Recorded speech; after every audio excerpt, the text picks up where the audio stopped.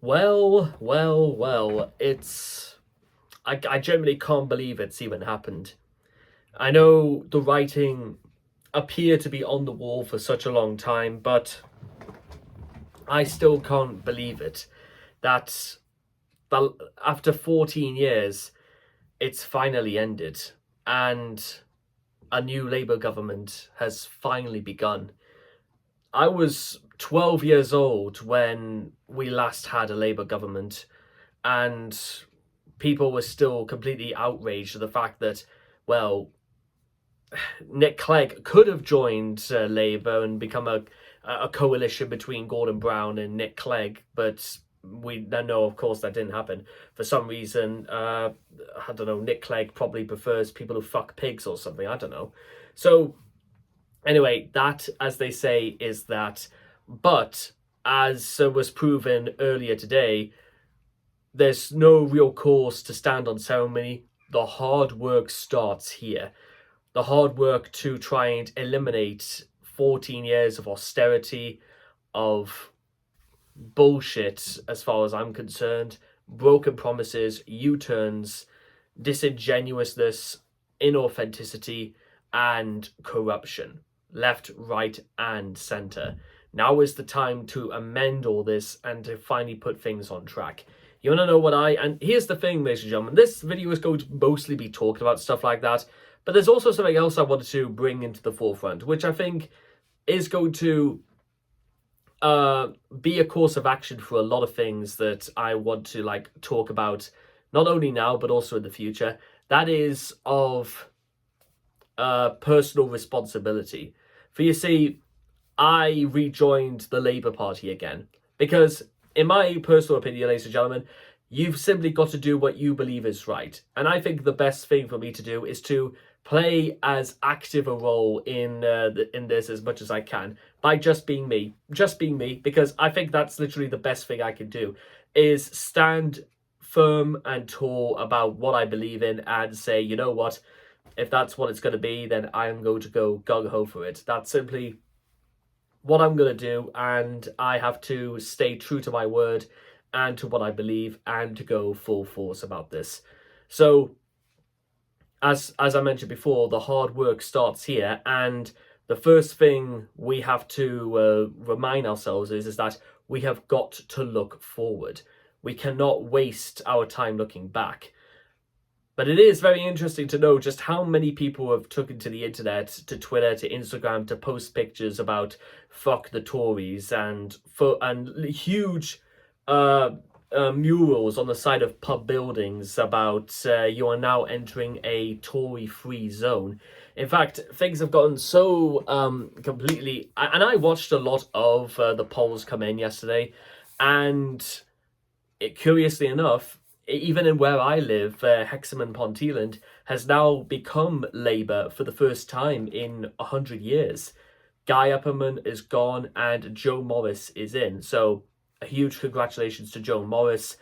I certainly would love more than anything to have a good, honest chats with him in the next coming weeks to months, because, well, we can't slow down. We've got to be ready to start making changes, and we got to start getting this nation in the proper direction that it needs, especially because there is something of a concerning nature about a lot of Europe becoming increasingly right-wing with the amount of right-wing governments, especially since if we just look over the channel where Marine Le Pen's Nationalist Party is starting to gain a significant amount of growth through their leadership challenge. And it's one of those things you've got to sort of keep your eye on, and I'll come back to that in a minute, because as we can see, a lot of Conservatives have, well, basically fallen apart. Rishi Sunak's had to resign. Angela Rayner, outside of being the Deputy Prime Minister, is now the Levelling Up, is it Communities, and she's a secretary for someone else, for something else as well. So she's basically secretary for 3 different departments, as well as being the Deputy Prime Minister, which is no small feat for Angela Rayner. I know Angela Rayner is a very, very determined and an extremely hard-working person, and her academics and her background and her credibility are in no doubt whatsoever. But this is going to be quite the undertaking, and I wish her all the best for that. I wish, honestly, nothing but the best for all the people involved. To the fact that Rachel Reeves is now the Chancellor of the Exchequer. Of course, you've got Starmer as Prime Minister. I'm not entirely sure where Diane Abbott lands, if she's in the cabinet or what's exactly happening there. But also, well, here comes the other part of the video. I need to basically lay down the law, as it were. And that is, as well, among other things that happened during the polls, is that outside of there being a substantial dip in terms of people who have turned out, especially in the north of England,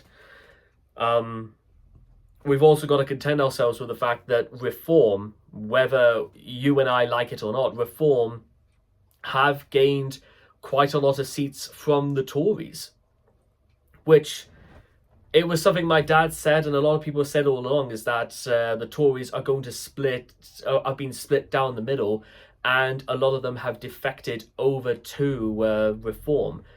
And some have even defected over to Labour. I think it's something about 1 in 5 have gone over to Reform, and 1 in 25 have gone over to Labour, or something like that.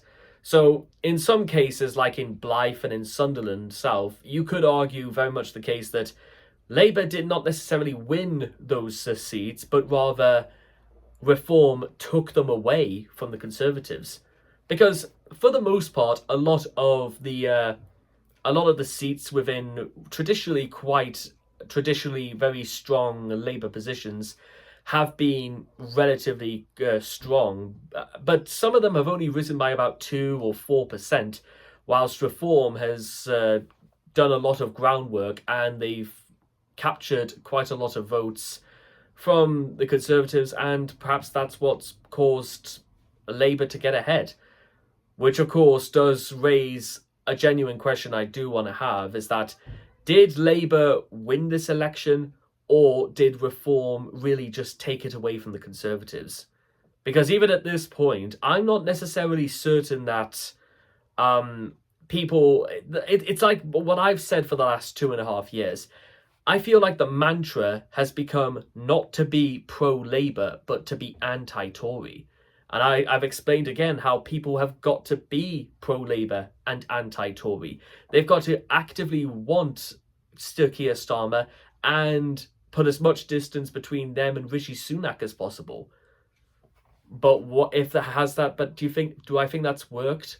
Well, somewhere between yes and no, because in some cases, yes, where Reform only got second place, but it was only by a small margin, whilst Labour have rocketed ahead. Well, that's the thing now, is that do Reform seriously consider themselves as the true opposition to the Conservatives?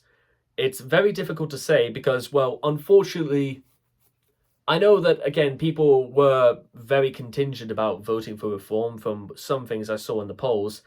And I know that Clacton-on-Sea was won over by Reform. I don't really know how, but we'll see about that. Even Nottingham was won over by Lee Anderson, as far as I'm aware of. Galloway, mind you, won no seats whatsoever. I think the Lib Dems have done the best they've done for many, many years in comparison. And really, when you think about it, Lib Dems are only about half behind the Conservatives. That's how bad things have turned out for Sunak and, well, what used to be his party, with so many of his constituents basically losing their positions as MPs in their areas. But now, and I tried to watch Nigel Farage's conference earlier this afternoon, and how it was suspended by 7 people having to be ejected. And, well, I want to raise a few questions. First of all, I know Farage thinks he's very clever and stuff like that by saying that he is the actual opposition right now. Well, unfortunately, the problem is that Farage has to also be content with the fact that, well, even when Labour was the opposition, there weren't nearly as many people who were being thrown out left, right, and centre, because I think there were just as many people who are. To be honest, there probably could have been even more, because, and I've said this time and time again, I've read over Reform Party's policies. The numbers don't add up. Their manifesto does not make any sense. It doesn't really seem to be motivated by actually getting Britain back or trying to make it a successful again. It doesn't read anything like that, outside of all the things it mentions, as well as all the things it doesn't mention, like transport or agriculture, etc., etc. There's no mention of that anywhere in the manifesto. And, well, that's, if you want a picture of what a Reform Party winning in an election would look like, that's the conference call would be a pretty good metaphor, is that anyone who is opposed to Farage in any which way, they're simply going to be thrown out. And therefore, the only people, well, probably there would have been journalists who would have had sincere questions for Farage, and he would have just thrown them out as well. So basically turning into a one-party state. That would have been Farage's dream, and, well, it doesn't make Farage look like a rebel, it makes him look like a fascist. Because that's what people really do think when it comes to the Reform Party, that it's run by a fascist and run by lots of people who basically idolize a fascist and want to be little fascists themselves. And I'm sorry, but you know what? That's what it looks like. And as I've said before, is this a sign that far-right extremism has not only arrived back on British soil, but it's the fact that it is going to continue, and if we don't keep a good eye out on it, it's going to become worse and worse and worse. Fortunately, however, this is 2020's Britain and not 1930s Germany. The Reform Party does have a lot of the spirit of the Gestapo, but they don't really have much of their competency. Because as far as we are concerned, Reform Party are still they're still far, far behind Labour. And guess what? People will look into this. They'll look at the way that Farage and the rest of his cohorts treat of minorities. They're not going to look very kindly on people like that. Not to mention that the Reform Party has got another issue they want to contend with, and that is the Conservatives as well. Because the Conservatives, whether we like it or not, one thing they've always been very, very good at is they are very good at remodeling themselves and changing their outward appearance. They are very, very cunning to deceive. And depending on who they want as their leader, it's going to be very, very interesting to see what sort of game they're going to play, because they must surely know the image that they've had and how badly this has all turned out, and all those in the opposition, how badly they must all look, considering some of the MPs that they've lost, like Mogg and Badenoch and more. I don't know whether or not Badenoch's lost her seat, but I'm pretty sure Penny Mordaunt has lost hers. I don't know if James Cleverly has lost it. Well, then comes the next question: since Rishi Sunak stood down as leader, who's going to take his place? Would you say Jeremy Hunt? Well, to be honest, the reason Jeremy Hunt ideally wouldn't really be suited for that sort of thing, because Jeremy Hunt has always been very good at working like behind the scenes. He's not necessarily the sort of person who comes to the surface, who stands in front to be the face of the Conservatives. Also, because with the situation of reform, Jeremy Hunt is too much in the centre. He's neither liberal nor is he extreme. He's really, well, but then of course, what is the alternative for the Conservatives? Do they go a more extremist route? Do they bring back people like Boris Johnson? Do they bring back Priti Patel? Do they bring back Suella Braverman? Either way, you know exactly what sort of reaction that's going to have. Do you think people will want to give Boris Johnson the time of day for all the things that he's done. Because just because this campaign, this whole build up to the action is over, it doesn't mean people are also going to forget what happened over Partygate or over Chris Pincher, or the amount of people that Johnson had in his cabinet who tried to avoid tax, who were intimidating other employers. I mean, remember, Liz Truss was also somebody who was in Johnson's cabinet, who became Prime Minister, nearly completely obliterated the economy with a mini budget. She basically took a minigun and put it to the face of the economy. And remember, Liz Truss is still going to get her pension. She doubled down on it on her political memoir and does not look the tiniest bit bothered for any of the carnage that she's caused. So no, I don't think they. I think that. But again, this is the point. This is the point where the Conservatives, they will have to reinvent themselves. They have to come up with something original. They have to come up with something that is going to be reminiscent of their philosophy and their ideas, but it's also going to be something that's actually going to win them votes. Because, well, what good is having a manifesto, having a perfectly organized plan, or to do any of that stuff if you don't have the people on your side? And that's where I also am concerned when it comes to reform, because for reform to get as many votes as they did and to get as many seats as they did, that's still quite concerning, because it does mean that people are actively deciding to vote for them. So, like I said before, is it because they are right-wing extremists? Do they genuinely believe that net zero immigration is the only alternative? But do they have literally plans for anything else? Well, that's the sort of thing people will have to challenge reform on if they are that serious about being opposition to Labour. Because that's the thing. They talk about coming after Labour. They didn't say that they're going to beat them by a means of actually being organised and actually having plans put in place. Because that's something reform will probably be hard at work at, is that how do you swipe as many Labour voters to their side? And equally, how does Labour try to get through to people who vote Reform, or people who vote Conservative, or people who vote Lib Dem, or the Green Party, or any of the independents? How do you get any of them back on board? How do you convert them to your side? Because Labour will need them just as much as Reform needs them as well. It's not difficult to see. But again, Farage's whole gambit, his trump card, as you will, is that he is going to try and convince you that this is the only way it can work, and that racism is no longer shameful. That's really what I honestly feel like it comes down to with Farage. He's going to try and convince you that racism is, or discrimination is, not shameful, and they'll try and put it in place where you can get away with it and people won't batter an eyelid. Because like I said again, if Reform are willing to just kick people left, right and centre out of their conference for thinking that they've come to sabotage their conference by calling them out on things they do, well, what do you think is going to happen if Farage ever became Prime Minister and he would have to answer to people he didn't like?